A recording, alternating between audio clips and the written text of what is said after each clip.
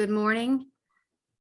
I am Gail DiPolito. I'm the chair of the LAOH National Political Education Committee, and I would like to welcome everyone to today's webinar hosted by the PEC. Our national president, Karen Keene, planned to provide opening remarks today, but unfortunately, an unexpected trip to Washington, D.C. came up, and she's actually traveling home today. So on behalf of Karen and our committee, I'd like to welcome our distinguished speakers to our LAOH sisters and all others attending today's webinar. Thank you all for taking the time on a Saturday to attend, and special thanks to our speakers for accommodating a Saturday time. The Political Education Committee is a new committee instituted in 2020 by President Keene. Part of the committee's mission is to educate our members on social justice concerns. To this mission, the committee developed draft position statements on several social justice issues, including racism, disability rights, gun rights, migration, and maternal and child health. So to this mission, and part of our mission is to educate our members on social justice concerns. And so we've wanted to get a series of webinars together to educate our members about this. And we had last year a webinar on disability rights. And this will be our second one, and it's on racism. So just a couple of housekeeping issues before I introduce our speakers. The webinar will be recorded, and it'll be on the LAOH website in a couple of days. Please use the Q&A button to put in your questions. We'll have the team monitoring questions, and any questions that are related to a similar theme will be answered as a group. If we can answer questions online, we will do so too. And we will hold all questions for both speakers until both presentations are finished. So today we are very fortunate and honored to have representatives from two prominent Catholic social justice organizations. We invited them today to specifically talk about how Catholic social teaching guides us in responding to racism. Now we know that the Irish have experienced discrimination, racism, and bigotry in Ireland and when they first arrived in the US. And while today's presentations will not focus on racism against Irish Americans, as women and men of Irish heritage, we can have an understanding of the need for justice and equity for all Americans. So with that, I'd like to introduce Mr. Christopher Kerr. Mr. Kerr joined the Ignatian Solidarity Network as an executive director in 2011. He has over 2 decades of experience in social justice advocacy and leadership in Catholic education and ministry. Chris earned a BA and MA from John Carroll University in Ohio. Prior to coming to ISN, he served in multiple roles at John Carroll University, including coordinating international immersion experience and social justice education programming as an inaugural co-director of John Carroll's Arupe Scholars Program for Social Action. Prior to his time at John Carroll, he served as a teacher and administrator at the elementary and secondary levels in the Catholic Diocese of Cleveland.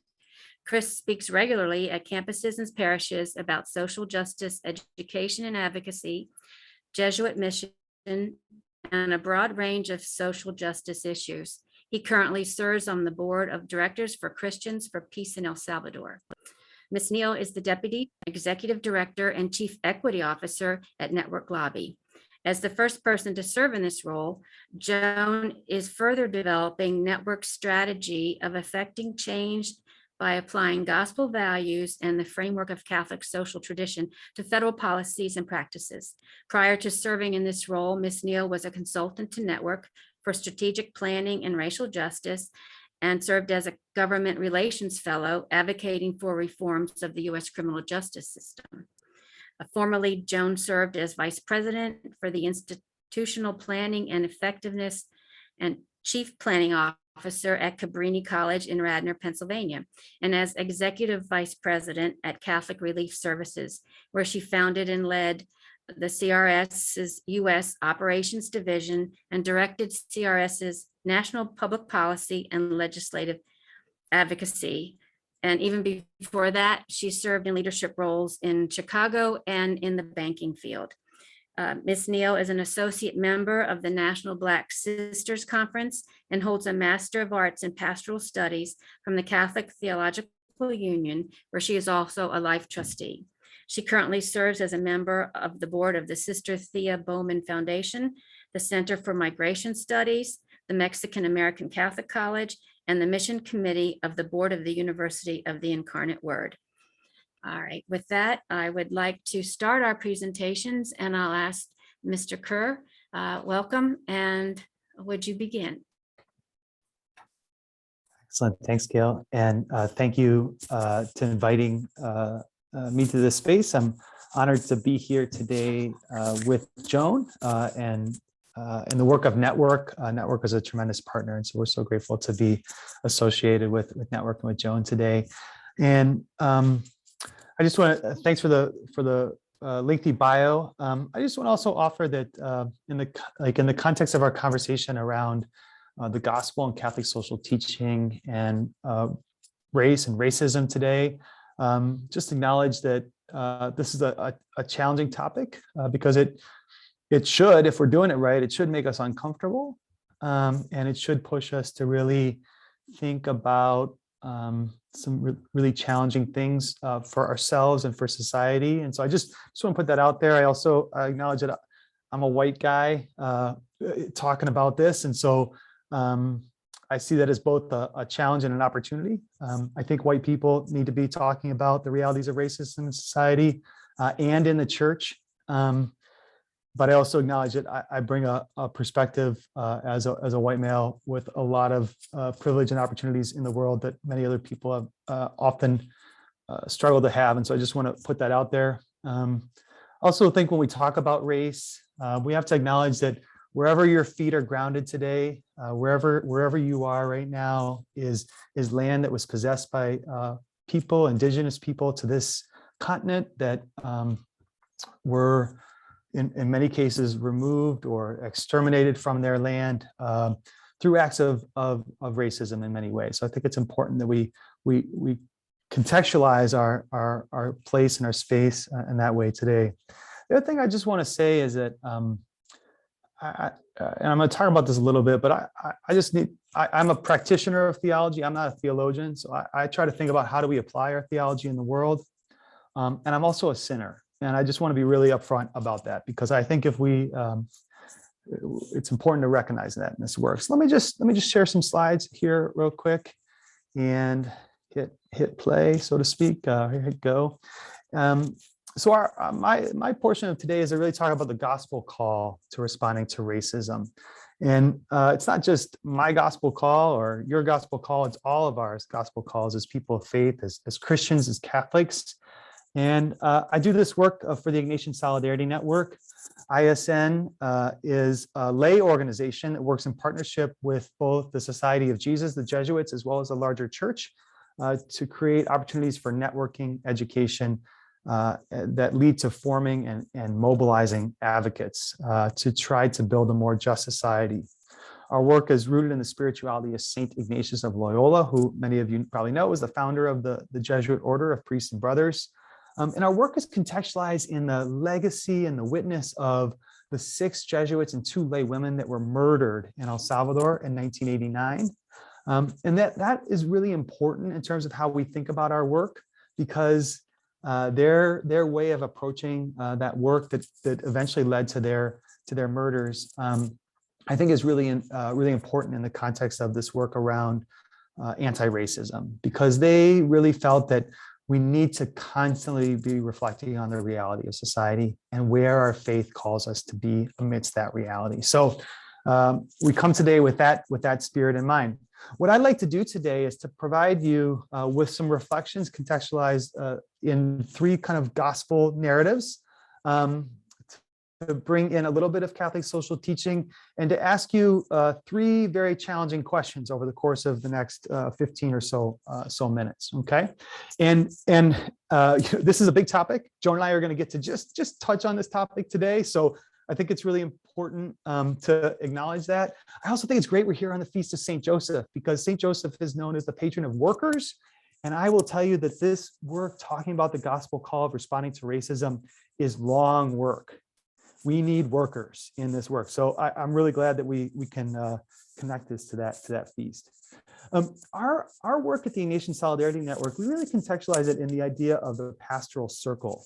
This idea that we have life experience, and that if we're doing it right, we're trying to do some social analysis. Think through the sociological, the political, the economic realities of what we see in the world. Okay, apply our faith values to that analysis, and then think about how we can take action to respond to that reality that tries to better society. And then that we kind of evaluate that action, and then we move on to the next layer of life experience. Okay, and so we can apply the pastoral circle to any event. We can apply it to this talk today. We can apply it to an encounter with someone who appears to be homeless on the street. We can apply it to our experience of watching the news this afternoon.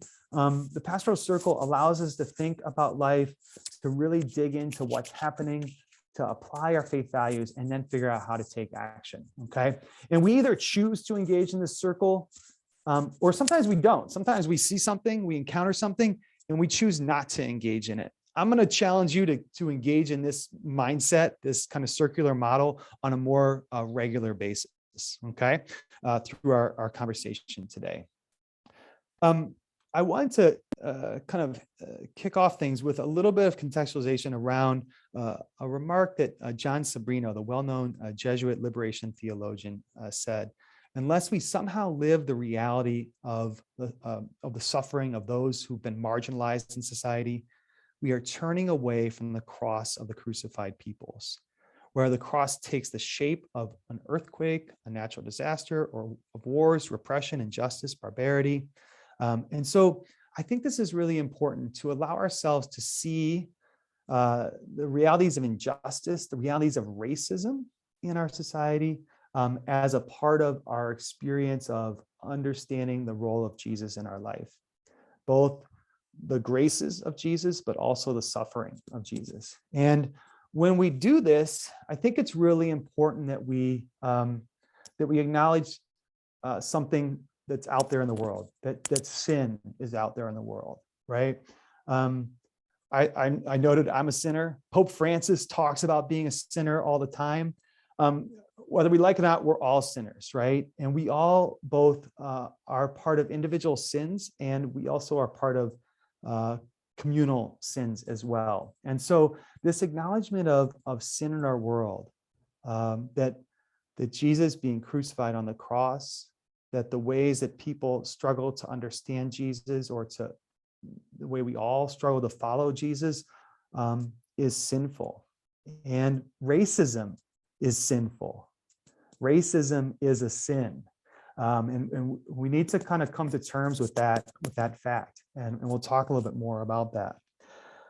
I think a lot about a real basic gospel narrative, gospel story. You know, when Jesus is asked, what is the greatest of the commandments? They're trying to trick him in a way. They're trying to get him to say something maybe that is inconsistent with what the authorities in Jewish faith believe.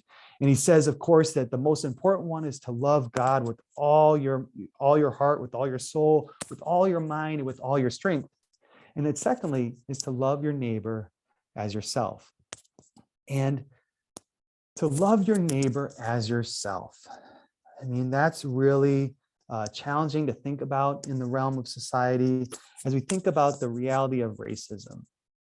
We think about the experience of people who we know have been harmed by racism on an individual level. You know, I think a lot about people in my own community. I live in Northeast Ohio, And there have been blatant examples of racist acts in my community where people have been targeted because of the color of their skin, where people have been, not had access to things because of their color of their skin. And I can even think about times in my own life where I've allowed racism to cloud my judgment, allowed racism to cloud my perspective or opinion on a person, their capacity, their ability. And so if I'm trying to treat my neighbor as I want to be treated, and I'm trying to love my neighbor as myself, then I have to be willing to engage in the depth of sin, my own sin, the sins around me. And so I'd like to ask you a question. Father Brian Massengale talks about this idea of racism being a soul sickness, something deep within us that we have to seek to change. And we have to see it as a part of our faith to work for change in the context of racism. And I think Father Massengale, he often says that, we have to be willing to seek conversion. We have to be willing to seek conversion in our own lives and in the life of our society. So my first question to you is, are you willing to acknowledge the sin of racism present in your own life? And what I mean by this, are you willing to acknowledge that you have, in one way, shape, or form, allowed race to lead you toward, around perceptions, perspectives on race to lead you towards sin, to not treat your neighbor, another human being, another person of God, the way you want to be treated. I think it's really important for us to dig into this self-acknowledgement, to acknowledge the presence of the sin of racism in our lives, because it'll help us as we move farther down the road. And so I hope you'll take a second to think about that question. In fact, let's pause, maybe just for 15 or 20 seconds.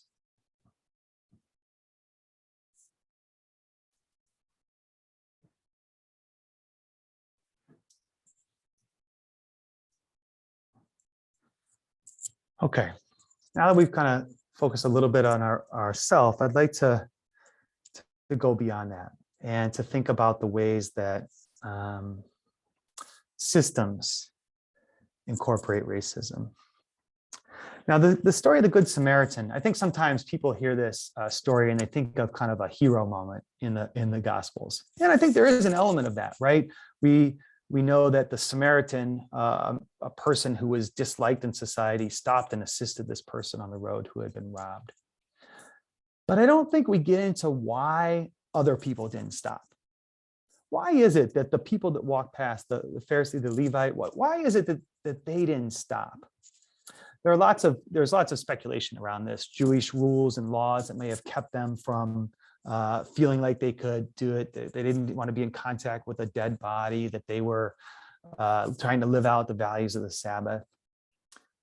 Well, those are systematic or structural things that kept them from aiding someone, from treating a neighbor as they would want to be treated. In addition, a person was robbed on the road. There was a robbery. What sort of systems existed, that would allow that to happen? In our society, there are many examples of systems that have and continue to perpetuate racism. Within our church, there are many examples of systems that have and continue to perpetuate racism.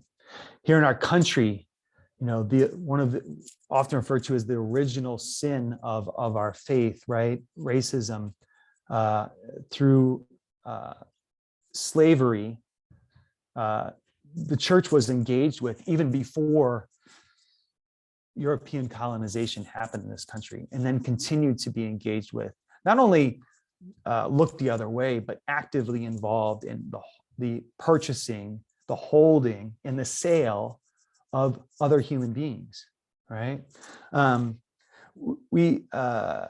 Let's see, working with the Jesuits, I know a lot about the work that they've done around the holding of slaves at Georgetown University and the sale of slaves to sustain Georgetown University. 272 human beings sold in the 1800s to ensure that Georgetown could keep their doors open. Think of maybe you are part of a Catholic institution that at one time did not allow non-white, particularly Black, men and women to study at their institution. Maybe you're even part of a Catholic institution that did not allow Black people to worship in that church. Our church, sadly, our church has been, has a history of being part of systems that have sustained and institutionalized racism. And this is true in society as well, as we all know. Today, I mean, we can look at lots of examples of systems that sustain racism. We can look at, and I just put up a few kind of facts here on the screen just to get us thinking. But data around law enforcement, police stopping people, at much higher rates, people of color at significantly higher rates. The reality for a Black woman who is pregnant and the risks that both she as well as the unborn baby face. The risk of arrest for Black Americans and particularly Black men. The sentences that people receive if they are convicted of a crime. Realities around employment in terms of earnings, but also in terms of even being considered for a job. We have lots of systems in our country that have established and continue to perpetuate racism. So, and the good news is that we actually have, as we think about that pastoral circle, we have a lens through which to analyze and apply our faith values to these realities. And it's called Catholic social teaching, right? Catholic social teaching reminds us that the life and the dignity of each and every human person from the moment of conception to the point of natural death that is inherent, right? Every person. If that's true, which we believe it is, then are we being true to that teaching? Are we being true to that in the way our society is caring for each and every person? Even in the way our church operates, is that true? Right? We have this call to community. Where are the voices of all people in that call to community in our church and in society?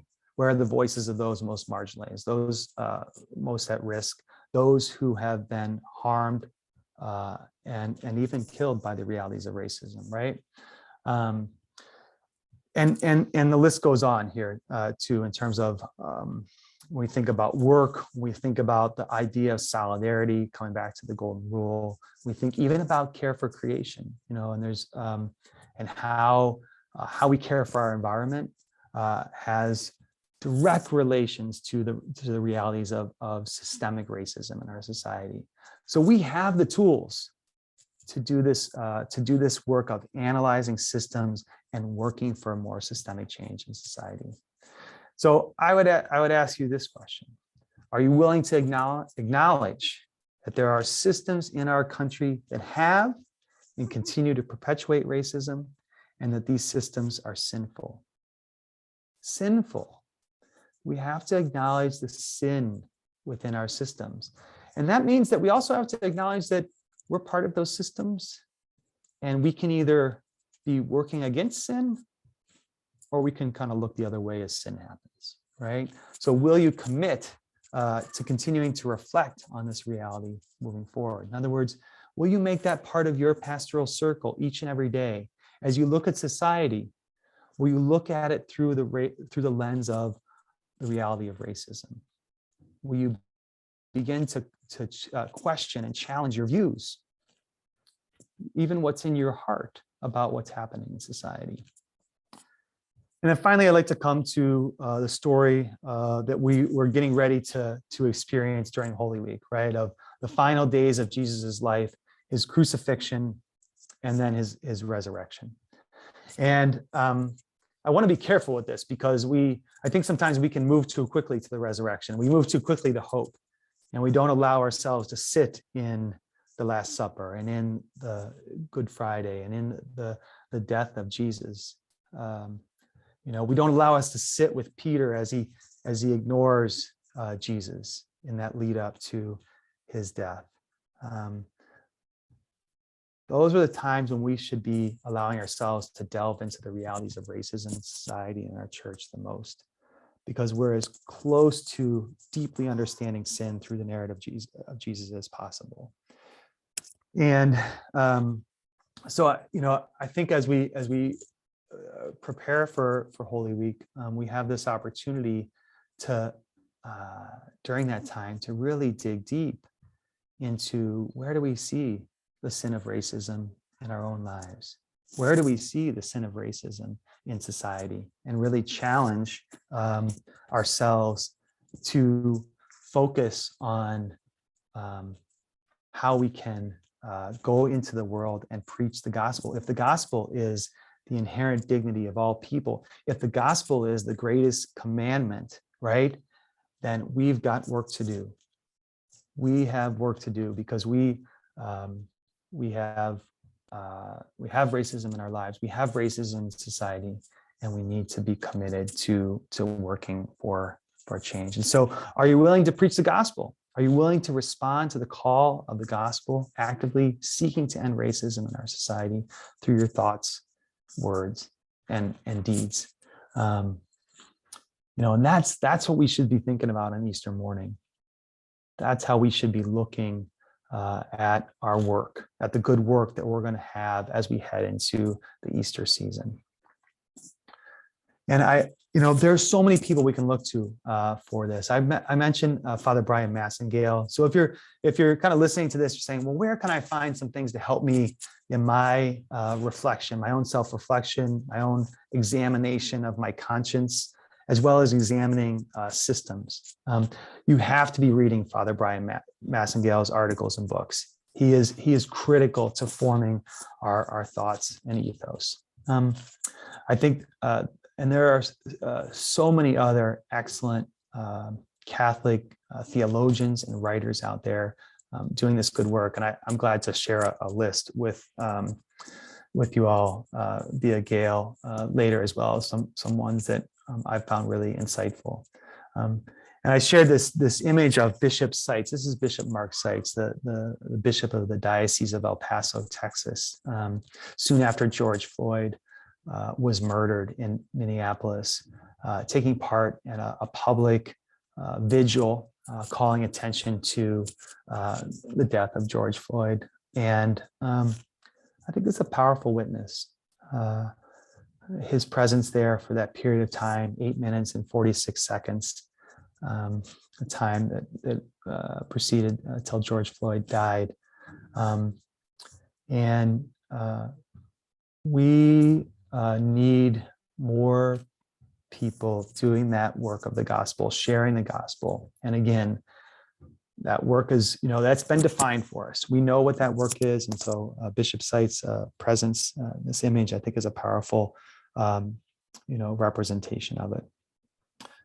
Okay. Again, really short amount of time, really grateful for the opportunity to share a little bit of this, but I want to turn it over to Joan, who I know is going to get into kind of some of the work happening in Network around taking the concepts of Catholic social teaching and the gospel into the halls of Congress and other places. So Joan, I'll turn it over to you. Thank you, Christopher.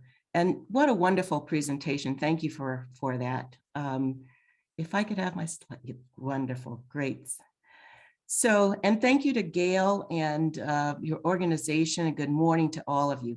I am so pleased and grateful to be with you today to share, along with Christopher, how we as Catholics are called by our faith to respond to racism in our society. I bring you greetings from all of us at Network Lobby for Catholic Social Justice. And Christopher has just given us kind of a formational experience in the Jesuit tradition around the issue and the sin of racism. My approach is going to be more educational. And so I hope that what you'll see at the end of this is that we need both approaches. We need to be able to respond to this issue from our hearts. We need our hearts transformed, but then we also need to have good, solid information to act on that transformation and to put that out into the world so that in some way and on some day, we will have a more just and equal society. So as some of you might be aware, next slide, please. Network was founded. I think that might be the wrong slide. One back, please. Thanks. Network was founded in 1972 by 47 Catholic sisters from 21 states around the country in the progressive spirit of Vatican II.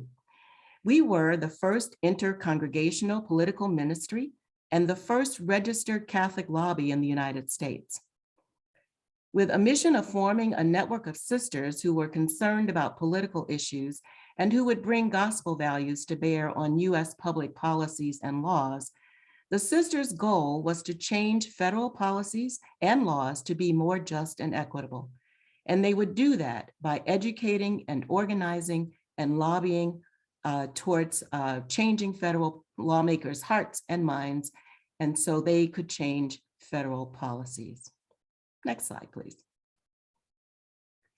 So they thought that by changing public policies at the federal level, they would ensure human dignity and ecological justice, they would celebrate racial, ethnic, and cultural diversity, and they would promote the common good, because they had a firm belief that advocacy could change the hearts and the minds of lawmakers, and they in turn would change those laws and policies, and that then would create a more just society. Now, the sisters viewed public policies through a couple of lenses. First and foremost, obviously, the gospel of Jesus Christ. And secondly, but no less important, through the lens of Catholic social teaching. Added to that, the lived experiences of poor people, especially women, because women are typically those people in our society who can be and are poor and discriminated against in many ways. And then all of those who are concerned about justice. So those are the lenses through which the sisters viewed their work on public policy change. Next slide, please. In the beginning, we were known as the Nuns Lobby, since only sisters were lobbying on Catholic Hill at that time. But over time, responding to the signs of the times, the sisters attracted and engaged a growing group of members and activists, both women religious and lay people, including some men. They engaged these activists in lobbying, educating, and organizing or mobilizing to affect policy change at the federal level. As a result, our reputation and our clout has grown over time on Capitol Hill through congressional testimony and programs like Nuns on the Bus, which many of you might be familiar with. Those are bus trips across the country with many of our sisters, Sister Simone Campbell, who was our most immediate past president and executive director, and a number of nuns across the country to educate, organize, and mobilize people to make their voices heard with their own federal policy maker. Next slide, please. Over time, Network grew and became more and more professional in its work. In 2014, when I joined the organization, we articulated our theory of change, and we declared an ultimate vision, the vision of the future that we wanted to see as a result of our work. We said that we wanted to see the people of the United States shape a society that promotes the dignity of all and the common good in the shared abundance of God's creation.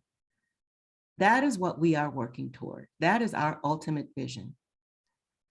But as we began to do a deep dive into analyzing the social conditions in this country and how they came about, we realized one startling fact.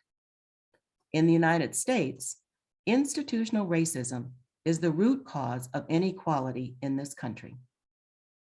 We realized that nearly every federal law that we examined that was written since slavery in this country was written or interpreted or implemented in a racially discriminatory way.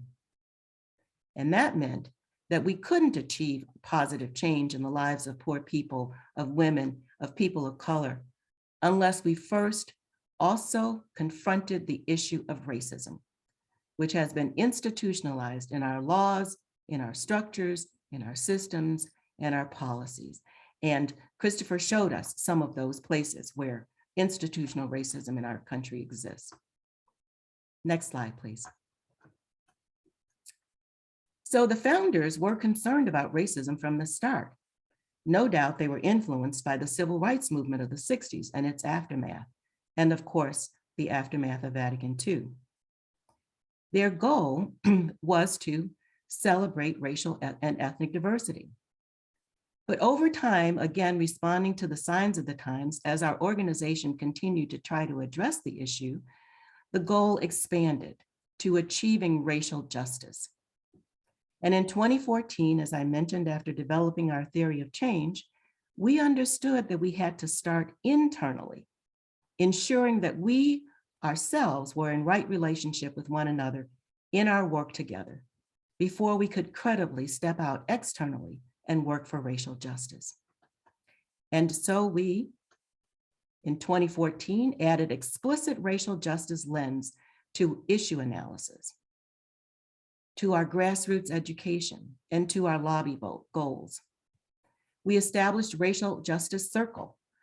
That's a group of staff who come together on a volunteer basis to help to educate staff across the board, to educate staff about racism and to engage us in formational experiences. We developed educational programs for our field, illuminating systemic racism in US laws and policies and governance, excuse me, such as the Racial Wealth and Income Gap webinar that we have given hundreds of times for lots of different audiences, that illuminates all the ways in which the economic gap between white people and Black people, particularly in this country, has grown over time. And we embarked on an organizational plan to center racial justice in all that we do, in all that we are, in the way in which we are organized ourselves, and the way in which we work with each other. Next slide, please. So externally then, we began to analyze current and proposed federal legislation in light of the impact on communities of color and poor people. We lobby for federal policies and laws that promote equity and just treatment of all. And we engage in partnerships and collaborations with organizations like Christopher's, headed by people, other organizations headed by people of color, serving people of color, and led by people of color. Next slide, please. And we view public policies and our work through several lenses, in addition to what the sisters, our founders, used as lenses. Along with the gospel and Catholic social teaching, we also integrate the themes of both CST and scripture, but the lived experiences of the people of God, and particularly the experience of women in all of our advocacy.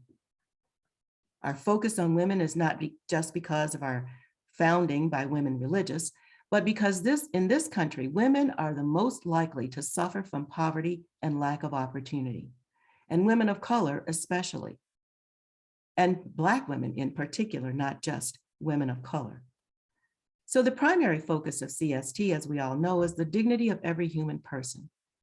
And as the US bishops told us in their pastoral letter, Brothers and Sisters to Us, Catholic social teaching declares and affirms that racism is a sin that denies the image of God in every human being. Christopher mentioned that as well in his presentation. So Catholic social teaching allows us then, as network, to emphasize the moral imperatives for justice and equity in our policy positions, in our public statements, in our advocacy campaigns, and in all that we do. Next slide, please. Now, every 4 years, we examine our policy agenda to make sure that it is representing the signs of the times and responding to the signs of the times, the changing circumstances in the political and economic and social environment. We develop our agenda through a policy analysis using information from various think tanks, from partners, from church documents, from our own field experiences, and of course, our faith values. We strive to set an agenda that allows us to balance the prophetic stance that we are called to with the need for pragmatism in the political arena. Because as you all know, in the world of politics, you have to give and take, which we do, but without compromising our ultimate goal, which is to ensure that federal policies and laws serve the common good, not narrow individual or group interests. Pope Francis told us in The Joy of the Gospel, the dignity of the human person and the common good rank higher than the comfort of those who refuse to renounce their power and their privileges. When these values are threatened, a prophetic voice must be raised. From The Joy of the Gospel. And we consider ourselves that prophetic voice. Next slide, please. And there is so much work to do. I mean, most people who have not been involved closely with federal policies or haven't studied public policy in general don't realize how our own federal policies have been complicit in contributing to the racial wealth and income gap. For instance, as of 2019, white families had 8 times the wealth of Black families and 5 times that of Latino families. This was not accidental. Among the key federal policies that contribute to this gap are the Social Security Act of 1935 and is still in force today. To this day, it excludes farm workers and domestic workers. Both are both areas of employment that are predominantly Black. The GI Bill of 1944, designed to help World War II veterans buy homes, pay college tuition, get business loans. Those benefits were unavailable largely to many Black veterans. And then the subprime lending, the thing that caused the Great Recession of 2008 and 2009 and continues to this day, where financial institutions have issued subprime loans to Black and brown borrowers, regardless of their credit history, regardless of their income, and that costs them more for the same homes that whites have bought. These are some of just a few of the ways in which our federal policies enshrine racism and racial disparate impact. Our goal, through direct lobbying, which our staff lobbyists do, and through the advocacy of our grassroots members, raises the voices of the people, all of you, in order to eliminate the disparate impact of federal policies and laws, and to increase their contribution to a more just and equitable society. Next slide, please. So in 2020, while the new administration proposed to build back better, our analysis led us to develop a policy agenda that aims to build a new set of federal policies and laws and a new kind of politics that would finally be focused on the common good and racial justice and equity.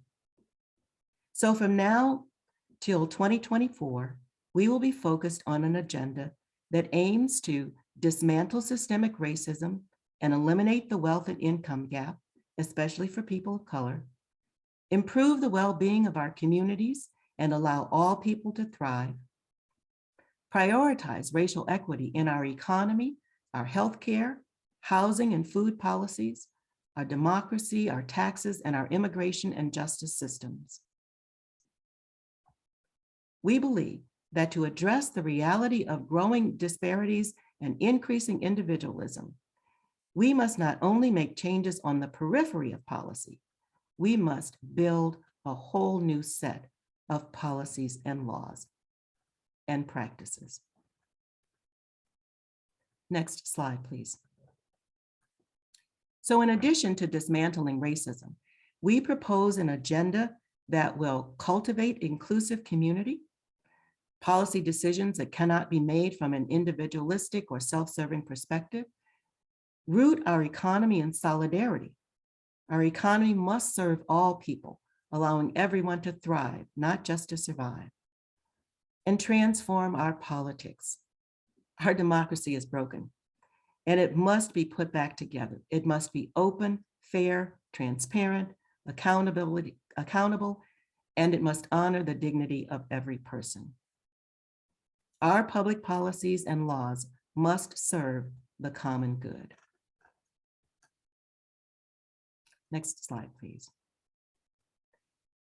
And so this is all the work that we are doing and have done, but we can't do it alone, and nor should we. Our faith and Catholic social teaching proclaim that despite our divisions, all people in the United States together make up one single community. And we know that solidarity will transform our country and our world. Again, Pope Francis tells us, hope would have us recognize that there is always a way out, that we can always redirect our steps, that we can always do something to solve our problems. That was from Laudato Si. We believe this firmly, and we know that it takes a network to make change come alive. So please join us. Go to www.networklobby.org, sign up, become a member of Network Lobby, and get active with us to change our world, to change our country. And now, Gail?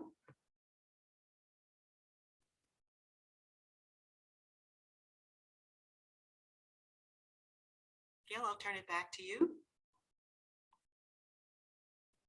I thought I was unmuted. Can you hear me now? Yes.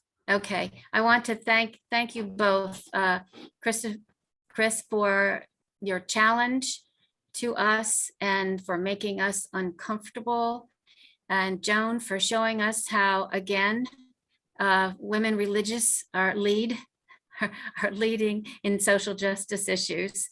And we do have time for a couple of questions, and I have a couple, but I'd also like to read a remark from one of our attendees, Matt Morrison, and he wants to thank both speakers and the LAOH for raising the subject of racism.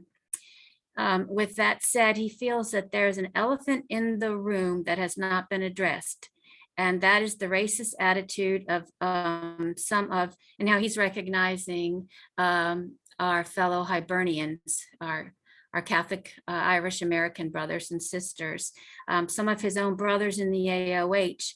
And why is it that people who came from an environment of institutionalized racism on reaching the United States embraced the societal cultural norms of racism to escape their own conditions? Thank you, Matt. That's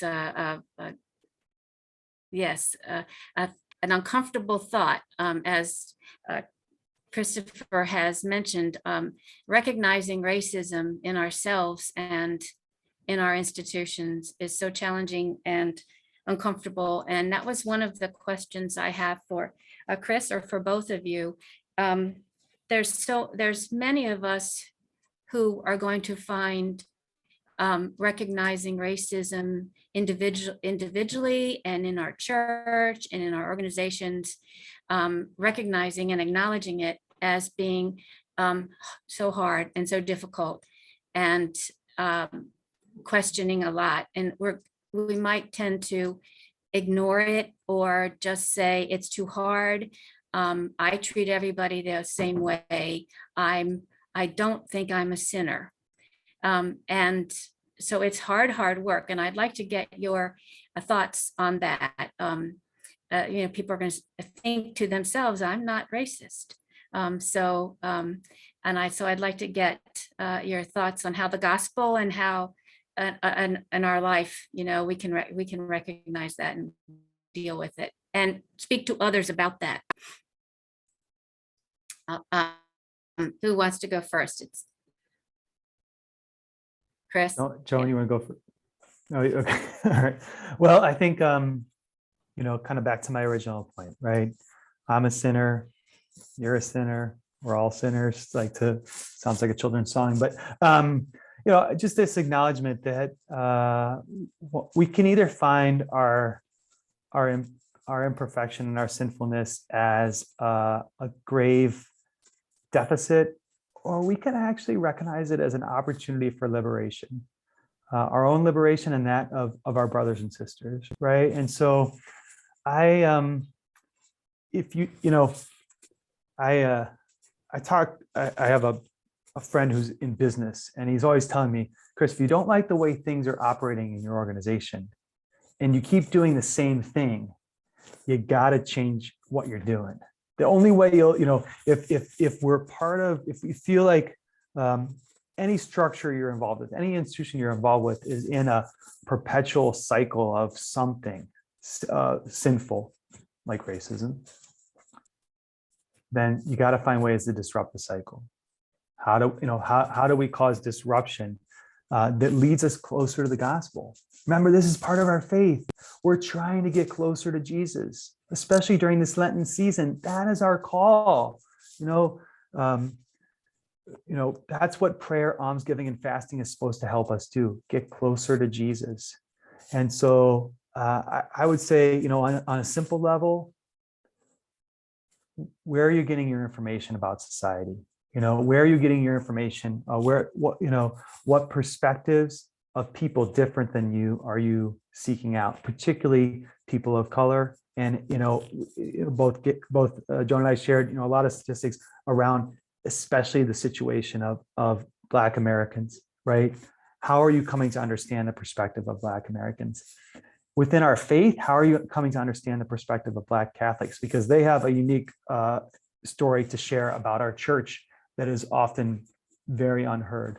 So how can you disrupt the cycle, and that can help you and can help your institution, your organization come closer to the gospel? Thank you. And I would add, thank you, Christopher. I would add that this is hard work. And, as a person of color, I can't tell you how to do that work for yourself. But I do think that there are resources that might be able to help you to begin that internal examination of conscience. Christopher talked about some of those. I'll add just two. There is an article that was written many, many years ago. I don't remember the year it was published, but by an author by the name of Peggy McIntosh. And it's, I think the title is Unpacking My Knapsack. Peggy goes through a number of just ordinary, regular things that you, as a person living in white skin, have advantages around that you don't even think about. I'll give you a really good example. And this is for, men might not find this very interesting or applicable, but women certainly will. She says that she never worries about going into a store to find makeup that is in a shade that matches her skin color. I have to look very hard to find makeup, even today, to find makeup shades that match my skin color. So just small little things like that will prompt you to think about the privilege that you have living in this society, in this country, as a white person. The other thing that we did as a staff was when we began to really look at ourselves, because when I started, network staff was 90% white. When I started, we began to talk to each other about how we get to the heart of the matter around racism in our own midst. And we read a book called White Fragility. And I'm blocking on the name of the author at this point. But anyway, that is the not Peggy McIntosh, what is her? Anyway, look up the book title, you'll find the author. And she also goes through just ordinary, ordinary things, ordinary situations that you might find yourself in, where the way in which you engage with others causes what we would call microaggressions, indirect things that signal that the other person you're interacting with is not of as much value as others. So I would encourage you to try to find things like that that you can use in your own personal reflections to help you to get at where those areas are in your own hearts and in your own behavior and in your own belief system that perhaps contribute to institutional racism in this country. Thanks for that. Thank you. I was just gonna, Joan, since we got real practical, I want just two other book recommendations. One would be Waking Up White by Debbie Irving, which I've used in Catholic settings, and it's been really productive. One of these things, like the more you can create opportunities for discussion around the text, I think is really valuable. The other one is Undoing the Knots: 5 Generations of American Catholic Anti-Blackness. It's written by Maureen O'Connell, who's a theologian. O'Connell's the last name, so you can guess where her family originated from. But she writes about the experience of being part of an Irish Catholic family that arrived here from Ireland, and the experience of their 5 generations, kind of moving from being the one for whom racism was perpetuated towards to being perpetuators of racism. And it's a really powerful story, I think, especially for Irish Catholics. Well, thank you both so much. One of the other questions we had was, what advice do the speakers have for starting the conversation in our organization? And I think you both have answered that very well. Look for well, you gave us some publications. We can get a discussion going on white privilege, which is very uncomfortable too. But I think you've given us some ways that we can move forward with our organizations, and so that we can all open our eyes a little bit. And I wanted to say thank you, Christopher, for showing us how gospel calls us to respond, and then and Joan for showing us exactly what your organization is doing to respond to breaking injustice and systemic injustice. So keep up the good work, both of us. Thank you for sharing your good work with us, and keep us in your prayers. So thanks again. I wanted to just say thanks to, this is the Political Education Committee, and I wanted to say thanks to them for all the hard work they've done to get this webinar developed and together. And then a special thanks to Brianna Kerr and her web team for all the background, the most important background help today. And again, a special thanks to our speakers. We are really honored to have you here with us today, and I'm sure we're going to get a lot of hits when we post the video. So thank you again. And I think with that, if anybody has any other closing remarks, otherwise we will end the webinar. All right, have a wonderful weekend, and thank you. Okay, Thank you. goodbye everybody. Yep.